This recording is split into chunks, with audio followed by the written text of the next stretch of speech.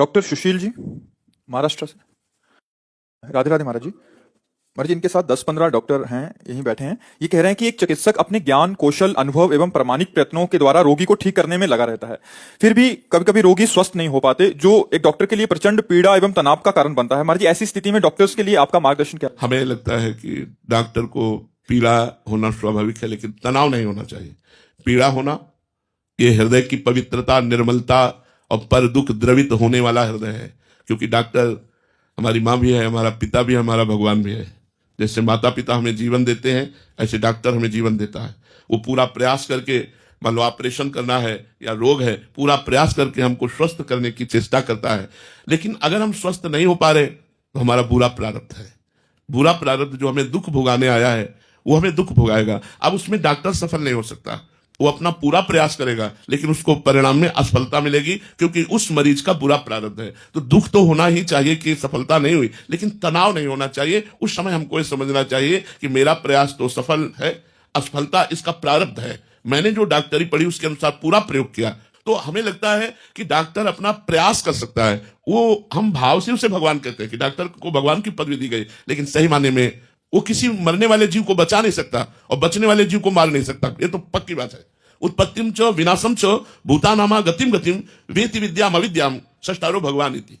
जो उत्पत्ति करता है, जो विनाश करता है, जो गति और अगति, जो विद्या और अविद्या की रचना करता है, उसे भगवान कहते हैं। तो किसी की उत्पत्ति और विनाश का कारण भगवान होते हैं। निमित्त कोई बन जाए, और अगर मरना नहीं है तो कोई मार नहीं सकता, और नहीं मरना वाला सफलता में आता है।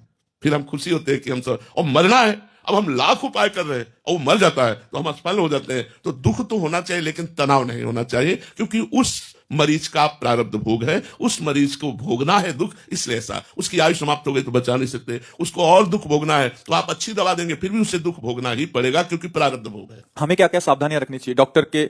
हमारा क्या कर्तव्य है हमारा? वैसे प्रवीण डॉक्टर अपने कर्तव्य को अच्छी तरह से जानते हैं और निर्वाह भी करते हैं। हम कुछ डॉक्टरों की बात नहीं कहते जो प्रमाद स्थिति से केवल धन कमाने का उद्देश्य रखते हैं। उनसे तो गलतियां होना स्वाभाविक हो सकता है, लेकिन जिन्होंने अपनी डॉक्टरी को धर्म माना है और अपनी डॉक्टरी को पूजा माना है, वो कभी डॉक्टर प्रमाद कर ही नहीं सकते, क्योंकि उनको ऐसी शिक्षा मिलती है, उनका ऐसा स्वभाव बन जाता है कि वो मरीज के लिए कितना भी अपने को कष्ट हो, वो अपने को कष्ट ना देकर, मान लो अब छुट्टी होने जा रही है, बहुत थक गए, लेकिन कोई सीरियस मरीज आ जाता है, वो तुरंत तत्काल लगते हैं। जिनका उद्देश्य धन कमाना है उनसे तो त्रुटि होने की संभावना है, लेकिन जिनका उद्देश्य डॉक्टरी उनका धर्म है, डॉक्टरी उनकी पूजा है और समाज को सुख पहुंचाना है, उनको तो सिखाने की जरूरत ही नहीं कि तुम्हें क्या सावधानियां रखनी। वो खुद इतने परफेक्ट और सावधान रखते हैं। पर हम प्रार्थना करते हैं, पहली सावधानी वचन की।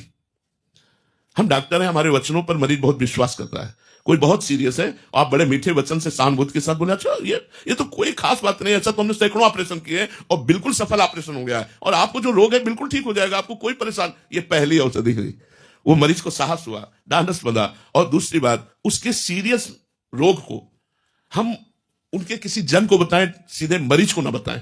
कोशिश करें कि हम अगर कोई उनका जन है तो उनको बताएं, मरीज को बिल्कुल पता नहीं चलना चाहिए। तो अगर वो पता चलता है तो वो बहुत हताश, निराश, उदास हो जाएगा। और हमारी दवाएं जब चलें और वो स्वस्थता की तरफ वो फिर पता चले तो कोई बात नहीं, तत्काल हम सूचना उसको ना दें। प्रार्थना है, क्योंकि वो मरीज निराश हो जाएगा। तो सबसे बड़ी होता है विश्वास और आशा की बात।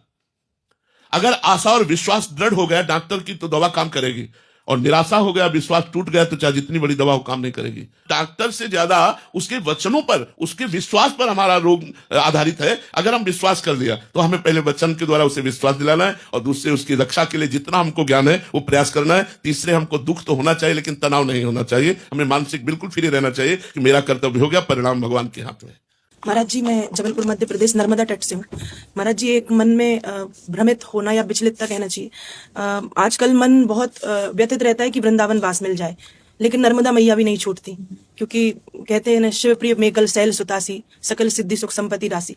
तो नर्मदा परिक्रमा वासियों की सेवा करते हैं महाराज जी, तो मैया छूटती नहीं, पर राधा रानी बुला रही है, वृंदावन वास मन चाह रहा है, तो ऐसे में क्या करें? ऐसे हो जाओ, ऐसे हो जाओ। शरणागत का मतलब क्या होता है? अजात पक्षा एवं मातरम खगा। जिस पंछी के अभी पंख नहीं है वो कहाँ उड़ के जाएगा? उसको तो माँ बाप ही ले जाएंगे ना। उसका तो हमारे किशोरी जू या श्री नर्मदा जू जो जहाँ रखें, जैसे रखें, जहाँ जहाँ जो जो राखत हो, त्यों त्यों रहियत हो। महाराज जी, मन भागता है ये बहुत बढ़िया बात है। मन अगर वृंदावन का चिंतन करता है, मन वृंदावन का आश्रय लेता है, तो आपके ऊपर नर्मदा जी की असीम कृपा है। हाँ, असीम कृपा है। अगर मन वृंदावन का आश्रय ले ले और तो भले शरीर नर्मदा जी के पास रहे और मन वृंदावन में रहे तो काम बन जाएगा। हाँ, ये बहुत बड़ी बात है। जय जय श्री राम। महाराज रामदास समर्थ रामदास स्वामी महाराज जी सज्जन कर समाधि की शॉल है महाराज। जय राम जय राम ये आपके सेवा। जय जय रघुवीर समर्थ शुकासारिखे पूर्ण वैराग्य जाते वशिष्ठा परिज्ञान योगेश्वराते कवि वाल्मीका सारिका मान्य ऐसा नमस्कार माधा सद्गुरु रामदासा। जय जय रघुवीर समर्थ सद्गुरु समर्थ रामदास स्वामी महाराज की जय, रुद्र हनुमान की जय, पंडरीनाथ महाराज की जय, बालकृष्ण भगवान की जय। जय श्री राधे श्याम। समर्थ रामदास स्वामी जी ने नाम की महिमा बताते हुए मनोबोध में खूब बहुत सी सुंदर श्लोक लिखा है, वो आपके चरणों में। जय जय रघुवीर समर्थ जयाचे निनामे महादोष जाती, जयाचे निनामे गती पाविजेती, जयाचे निनामे घडे पुण्य ठेवा, प्रभाते मनी राम चिंतित गावा। जय जय रघुवीर समर्थ। महाराज जी, मैं चाह रही थी, मैं खुद डॉक्टर हूँ, तो आपकी अवस्था देख के थी प्रसन्नता होती है महाराज जी। सब डायलिसिस सबको फेल कर दिया आपने, और बस मैं ये पूछना चाहती हूँ महाराज जी कि आपको आज्ञा है इतनी इन सबको हम सबको झेलने की, या आप करुणावश कर रहे हैं, प्रेमवश कर रहे हैं, या उनकी आज्ञा है श्री जी की? ये श्री जी की आज्ञा से हो रहा है। हम तो सही पूछो तो हर समय शरीर पीड़ा युक्त रहता जी महाराज, मैंने है। बहुत आप देखे वो तो पेशेंट आप डॉक्टर है तो जानती ही हैं, लेकिन एकदम उत्साहित तो करेगा। आज्ञा दे रखे हैं महाराज जी। बिल्कुल बिल्कुल, हाँ, श्री जी की आज्ञा से ही हो रहा है, मेरे में सामर्थ्य नहीं। बस मेरे को यही प्रश्न था, महाराज जी कर्तव्य समझ के कर रहे हैं या महाराज जी की आज्ञा है? आज्ञा, श्री जी की आज्ञा। हमारे कर्तव्य करने में इतनी सामर्थ्य नहीं थी कि मैं कर पाता, ये श्री जी के बल से ही है।